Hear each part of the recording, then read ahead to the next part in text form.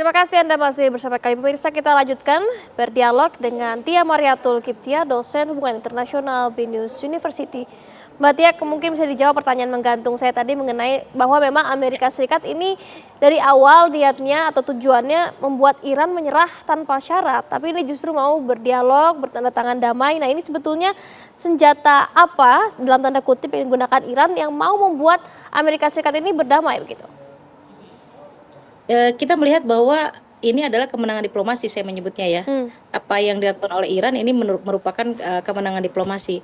Artinya dari kasus Amerika Serikat dan Iran ini, perang ini tidak mesti diselesaikan siapa yang kuat. Karena kalau hitung-hitungan militer itu 4 kali lipat Mbak Fatimah. Kekuatan militer Amerika Serikat itu daripada Iran begitu ya. Iran negara kecil, saya pikir begitu ya. Dengan Indonesia ya jauh lebih besar Indonesia begitu. Kemudian instrumen militernya juga jauh lebih kecil daripada Amerika Serikat yang saya bilang tadi 4 kali lipat, tapi ternyata tidak mesti dalam perang ini diselesaikan siapa yang kuat. Saya pikir kegiatan diplomasi Iran ini cukup signifikan dan bisa dibilang menang begitu ya. Kenapa saya sebutkan menang? Karena memang ketika proses konflik ini terjadi, diplomasi Iran itu tidak berhenti.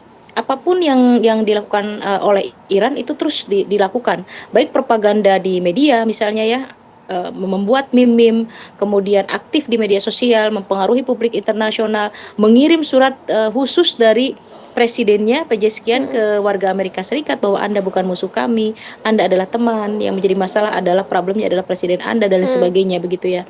Kemudian bagaimana memframe bahwa memang posisinya Iran betul-betul tidak bersalah, kemudian sekolah dibom, itu saya pikir cukup berhasil. Kemudian dilanjutkan dengan Arachi.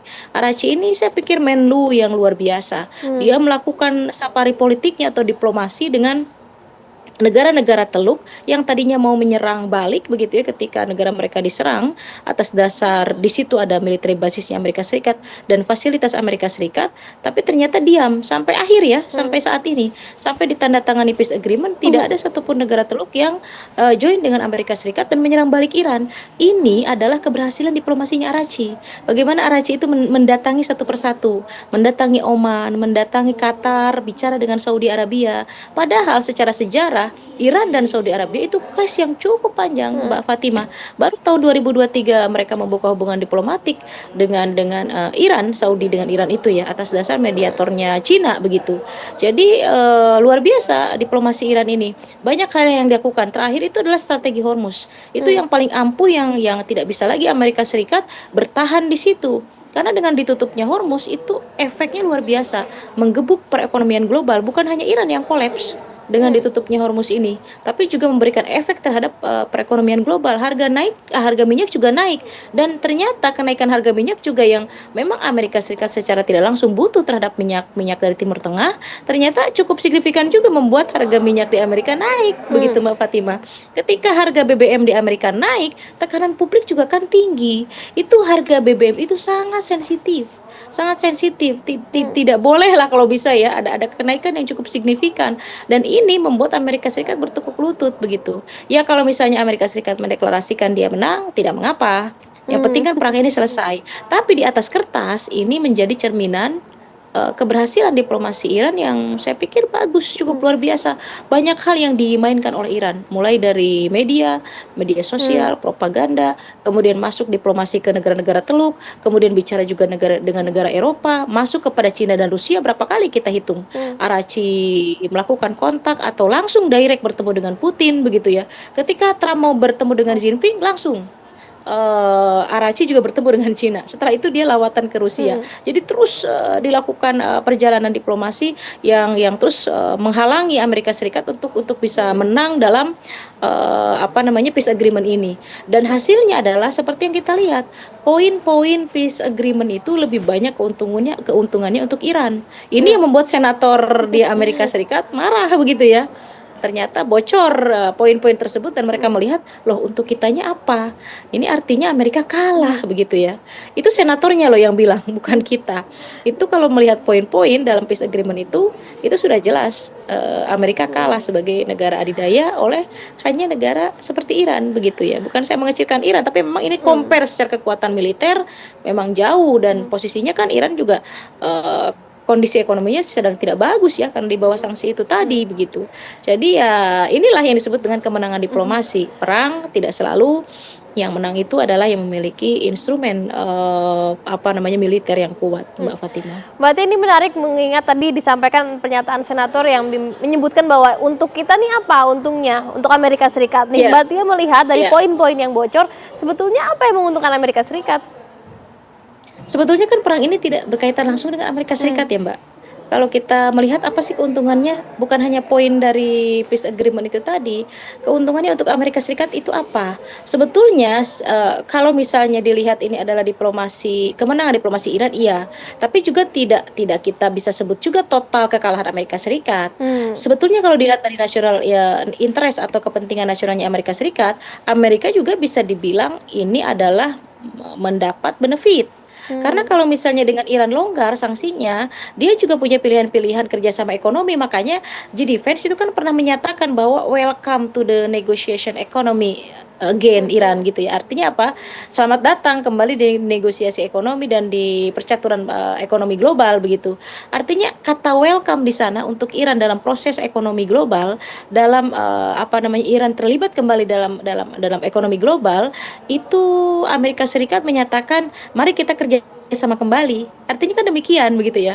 Jadi sejarah bahwa mesranya Amerika Serikat dengan Iran seperti pada masa sebelum revolusi bisa saja terjadi begitu ya. Bisa saja terjadi dengan catatan Mbak tanpa gangguan Israel. Jadi ekspor impor bisa dilakukan dan ada banyak pilihan Amerika juga di negara Timur Tengah, dia tidak mesti hanya dengan Gulf countries atau dengan aliansinya. Dia bisa kerjasama secara ekonomi dengan Iran karena Iran merupakan negara produsen terbesar ketiga di Timur Tengah yang memproduksi oil, bukan hanya oil Mbak Fatimah, gas juga. Makanya Qatar itu tutup mata saja kalau dibilang nggak nurut lah sama Saudi nggak apa-apa. Jadi Qatar negara pertama di negara Teluk yang melakukan kerjasama dengan Iran di soal gas begitu ya. Dan baru sekarang belakangan baru yang lain-lain begitu mengikuti dan termasuk Saudi Arabia juga sekarang sudah welcome dengan Iran begitu ya. Amerika ingin melihat ke arah sana bahwa keuntungan ekonomi lebih daripada segalanya begitu ya. Jadi ada pilihan-pilihan kalau dengan Iran sekarang damai, keran selama ini yang tertutup secara hubungan bilateral ekonomi bisa terbuka kembali dan ini keuntungan untuk Amerika Serikat. Jadi tidak rugi sama sekali Amerika Serikat juga. Jadi yang dinyatakan senator tersebut bahwa ini kekalahan telak Amerika bisa jadi senatornya dari Jewish, dari komunitas yang memang harus loyal terhadap sovereignty Israel. Karena kan di dalam senator Amerika Serikat juga di dalam Senat Amerika Serikat itu banyak sekali dari pihak Yahudi yang memang komunitas AIPA yang memang menjadi politisi juga yang terlibat dalam parlemen Amerika Serikat yang harus mempertahankan sovereignty Israel begitu. Jadi kita tidak tahu juga protes senator itu murni karena kepentingan politik atau kepentingan Israel. Protes tersebut. Karena kalau misalnya dibuka juga dengan Iran, perdamaian ini tetap Amerika untung. Jadi tidak bisa juga ini dikatakan bahwa Amerika kalah secara diplomasi iya karena poin-poin keuntungannya kan lebih banyak ke Iran. Tapi secara keuntungan ke Amerika Serikat juga cukup bagus. Jadi Iran juga tidak mesti menjual gas dan oilnya ke Cina saja, ke Rusia saja. Bisa ada pilihan lain. Amerika Serikat juga demikian. Bisa ada pilihan lain bisnis di Timur Tengah bukan hanya dengan Gulf countries tapi juga ke depan bisa dengan Iran. Ini kan untung juga untuk Amerika Serikat gitu ya. Makanya ada kata welcome itu tadi yang G Defense katakan dan itu real loh dia memberikan statement itu di berbagai international news Mbak Fatima. Nah, Mbak Tia melihat kesepakatan ini kan tidak lama lagi Amerika Serikat akan adanya pemilu sela begitu ya. Apakah dari kesepakatan damai ini juga menguntungkan partainya Presiden Amerika Serikat Donald Trump? Bagaimana Mbak Tia melihatnya? Ada beberapa suara kabarnya di Republik itu yang sudah membelot ke Demokrat ya persoalan perang Amerika dan Iran ini. Jadi beberapa anggota Kongres dari Republik yang mestinya tetap menyetujui perang ini terjadi malah membelot untuk menstop perang ini. Artinya memang kondisi Trump sendiri di Republik sudah tidak aman ya untuk terus melanjutkan perang. Banyak hal kenapa Amerika Serikat menghentikan perang ini.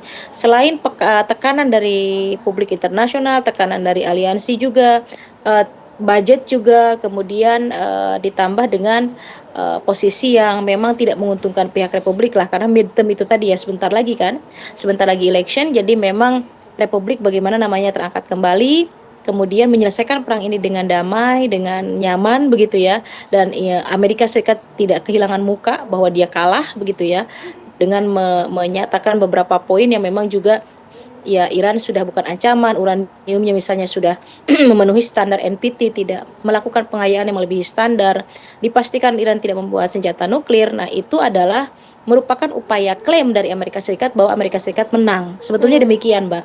Makanya terus diulang-ulang di berbagai media bahwa kita sudah berhasil nih melumpuhkan militer lautnya Iran, kemudian melumpuhkan uraniumnya sudah dipastikan tidak akan bisa membuat senjata nuklir.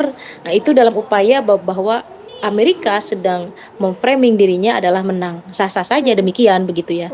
Cuman masalahnya adalah saat ini bagaimana menghadapi politik ke depan Republik naik. Nah, salah satunya adalah dengan pernyataan-pernyataan tersebut begitu, supaya tidak kehilangan muka tadi. Jadi dalam politik memang demikian, Mbak. Ketika popularitas turun harus dilakukan satu keputusan yang walaupun itu tidak enak begitu ya, dan bahkan bisa clash dengan Israel, tapi yang penting popularitas naik itu harus dilakukan, dan ini sudah dilakukan oleh Partai Republik, Mbak Fatim. Artinya keputusan ini cukup berdampak sehingga setidaknya untuk putusan setelah nanti begitu ya Mbak Tia. Nah Mbak Tia melihat ada beberapa poin-poin lagi juga mengenai pengayaan uranium, bahwa disampaikan Presiden Amerika Serikat Donald Trump bahwa Iran akan berhenti melakukan pengayaan uraniumnya. Nah tapi dibantah begitu dengan Arakci. Ini bagaimana Mbak Tia melihat yang mana yang betul begitu?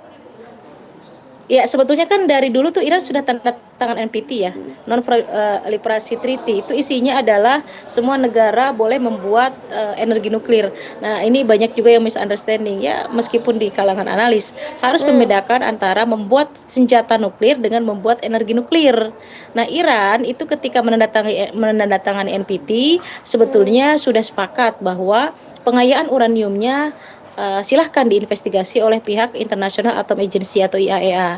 Sudah dilakukan investigasi, makanya kenapa ada perjanjian JCPOA dengan Barack Obama? Karena memang Iran sebetulnya tidak memenuhi syarat lah untuk membuat senjata nuklir. Apalagi kalau kita berhenti dulu bicara international studies, hubungan internasional atau IR studies. Kita bicara dulu ideologi Syiahnya Iran. Itu mereka mempunyai satu ideologi bahwa kelompok ideologi Syiah ini menyatakan bahwa haram hukumnya untuk membuat senjata pemusnah massal, termasuk senjata nuklir. Haramnya ideologi Syiah itu sama mungkin dengan di Sunni itu, Mbak, dengan haramnya makan babi gitu ya, atau apa ya, yang ekstrim gitu ya, yang semua orang tuh pasti tidak akan melakukan. Nah, haramnya ideologi Syiah dengan membuat senjata nuklir ini, maka tidak mungkin dilanggar begitu secara ideologi begitu ya. Kita keluar dulu dari IR studies begitu ya. Kita melihat bahwa ideologi Iran dulu sebentar. Nah, ideologi Iran inilah yang saya pikir kenapa Iran setuju dengan penandatanganan NPT. Kemudian pengayaan uranium yang tidak melebihi ambang batas begitu. Pertanyaan berikutnya, lalu kenapa Iran sampai melebihi ambang batas? Karena terancam. Jadi balance of trade, perasaan keseimbangan terancam dalam studi HI itu bisa beberapa faktor. Terancam secara ekonomi, terancam secara security atau keamanan, terancam secara ideologi, terancam itu banyak begitu ya. Hal-hal yang terancam itu banyak, dan banyak autor yang menyatakan poin-poin perasaan terancam dari satu negara ini begitu ya. Dan Iran sudah ada di posisi itu karena di bawah sanksi, kemudian Hezbollah terus digempur, kemudian posisi front-front juga di Timur Tengah tidak aman, belum lagi dia terlibat dalam politik Palestina Israel begitu ya. Jadi semakin tinggi rasa terancam, maka yang dilakukan oleh Iran adalah melakukan pengayaan uranium. Ini yang kemudian terendus oleh informasi intelijennya Israel dan Amerika Serikat, sehingga dilakukanlah serangan itu. Tapi kalau untuk membuat senjata nuklir saya tidak yakin, karena itu ideologi itu tadi ya, karena ideologi Syiah itu tadi. Jadi sebetulnya memang Iran tidak membuat senjata nuklir, sudah diinvestigasi oleh IAEA, sudah tanda tangan NPT, bahkan ada negara-negara, saya tidak menyebutkan merek ya, ada negara-negara yang memiliki senjata nuklir tapi tidak menandatangani NPT. Iran justru tanda tangan begitu ya. Jadi sebetulnya ini Amerika tahu kok itu, Amerika tahu. Makanya tidak khawatir dengan melakukan proses peace agreement ini. Jadi wajar ketika Netanyahu tiba-tiba menyerang kembali Hezbollah di Lebanon atau Lebanon Selatan, Trump dan JD Vance itu teriak lagi, stop, bisa nggak gitu ya. Karena memang proses Anda terus membombardir warga sipil di Lebanon yang bahkan itu bukan Hezbollah, itu mengganggu perdamaian Amerika Serikat dan Iran. Karena Amerika Serikat itu sebetulnya ingin sekali berdamai, karena itu untung juga loh Untuk Amerika Serikat kalau berdamai dengan Iran secara hitung-hitungan ekonomi itu untung juga. Artinya dia bisa expand, bisa meluaskan jaringan bisnisnya di Timur Tengah bukan hanya dengan negara-negara tertentu saja. Jadi ke depan bisa dengan Iran dan itu juga bisa bersaing artinya dengan Cina dan Rusia. Selama ini kan Iran di bawah genggaman Rusia dan Cina. Tapi kalau damai dengan Amerika Serikat, Amerika juga bisa masuk ke Timur Tengah dan tidak hanya Cina dan Rusia yang selama ini menggenggam Iran begitu ya. Ini tentu menguntungkan Amerika Serikat secara hitung-hitungan bisnis begitu. Tapi ya itu tadi kembali lagi kalau kembali bicara tentang Israel, jadi mentah lagi Mbak Fatimah. Makanya nanti dari step 1 ini kita lihat apakah akan terjadi sesuatu di Lebanon? Kalau sampai terjadi lagi sesuatu di Lebanon, bisa jadi itu tadi penanda tanganan ini bisa mentah kembali. Nah, ini yang ditakutkan oleh Amerika Serikat, makanya jadi first nggak jadi. Bisa jadi itu ada tekanan juga dari faktor eksternal, yaitu Israel begitu. Baik Mbak Tia, kita berharapnya tentu setiap tahapan ini bisa berjalan dengan mulus sehingga perdamaian betul-betul tercapai. Sekali lagi terima kasih Mbak Tia sudah memberikan pandangannya di Breaking News TV One siang hari ini. Selamat siang Mbak Tia. Selamat siang. Ya pemirsa, Presiden Amerika Serikat Donald Trump akhirnya resmi menandatangani sejumlah tanda tangan perdamaian. Informasinya akan kami hadirkan sejenak berikutnya, tetaplah bersama kami.